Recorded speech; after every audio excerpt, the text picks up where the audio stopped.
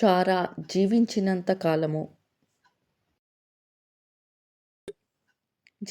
కాలము అనగా షారా బ్రతికిన ఏండ్లు 120 ఏండ్లు. షారా కానాను దేశమందలి హెబ్రోనను కిర్యతర్బాలో మృతి పొందెను. అప్పుడు అబ్రాహాము షారా నిమిత్తము అంగలార్చుటకు ఆమెను గూర్చి ఏడ్చుటకు వచ్చెను.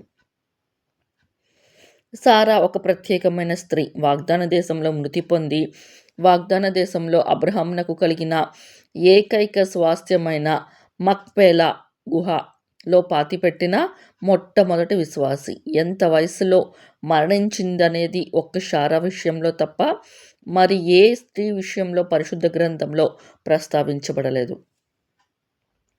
షారా 127 సంవత్సరాలు జీవించింది. అంటే ఇస్సాకు జన్మించిన తర్వాత 37 సంవత్సరాలు జీవించింది. షారా మరణించే సమయానికి అబ్రహాము షారాలు ఒకే ఊరిలో లేరు. షారా హెబ్రోనునకు కిర్యతర్బాలోను, అబ్రహాము బెయర్షెబాలోనూ ఉన్నారు. శారా మరణ వార్తను తెలుసుకొని అబ్రహాము హెబ్రోనుకు వచ్చాడు. అబ్రహాము కల్దీయుల దేశంలో ఉన్నప్పుడు దేవుడు అతన్ని పిలిచాడు. అప్పటికే అబ్రహాము షారాతో వివాహమైంది. అందుకే అబ్రహాముతో పాటు దేశంలో పరదేశిగా యాత్రికురాలిగా జీవించడానికి ఇష్టపడింది. అయితే తన విశ్వాస జీవితంలో షారా ఎంత ఘోరంగా విఫలమైన సందర్భాలు ఉన్నాయి.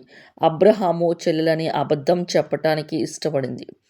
అది భర్తకు లోబడినట్లుగా కానీ దేవునికి విరుద్ధము. సంతానం కోసం హాగరు భార్యగా తీసుకొమ్మని సలహా ఇవ్వడం ద్వారా అబ్రహాము విశ్వాస యాత్రలో తప్పటడుగు వేయటానికి కారణం కాకపోవడమే కాకుండా దేవుని శక్తిని శంకించినట్లయింది. తద్వారా అనేక దుష్పరిణామాలు చోటు చేసుకోవటం విదితమే. హాగరును శ్రమ పెట్టడం ద్వారా షారాయి అనే పేరుకు జగడగొండి అని అర్థం కాబట్టి సార్థక నామధేయురాలు అయ్యింది. దేవుడు ఆమె కుమారునికి అంటుకుంటుందని అబ్రహాముతో మాట్లాడినప్పుడు అవిశ్వాసపు నవ్వు నవ్వి అబద్ధం చెప్పి దేవునిచే గద్దించబడింది. అబ్రహాము తాను ప్రేమించిన ఏకైక కుమారుని బలి ఇవ్వాల్సిన సందర్భంలో కూడా కన్నీరు కార్చలేదు. మొట్టమొదటిగా తన భార్య అయిన షారా మృతి పొందినప్పుడు మాత్రం ఆయన అంగలార్చాడు. వివాహమైన నాటి నుండి అతని వెంటే అడుగులో అడుగు వేసి నడిచిందే తప్ప ఏనాడు అతనిని ఎదిరించిన సందర్భం లేదు.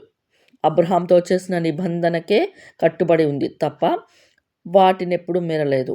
షారా వ్యక్తిత్వం గురించి ధ్యానం చేసి అనుసరించడం మన ఆధ్యాత్మిక జీవితాలకు ఆశీర్వాదకరం.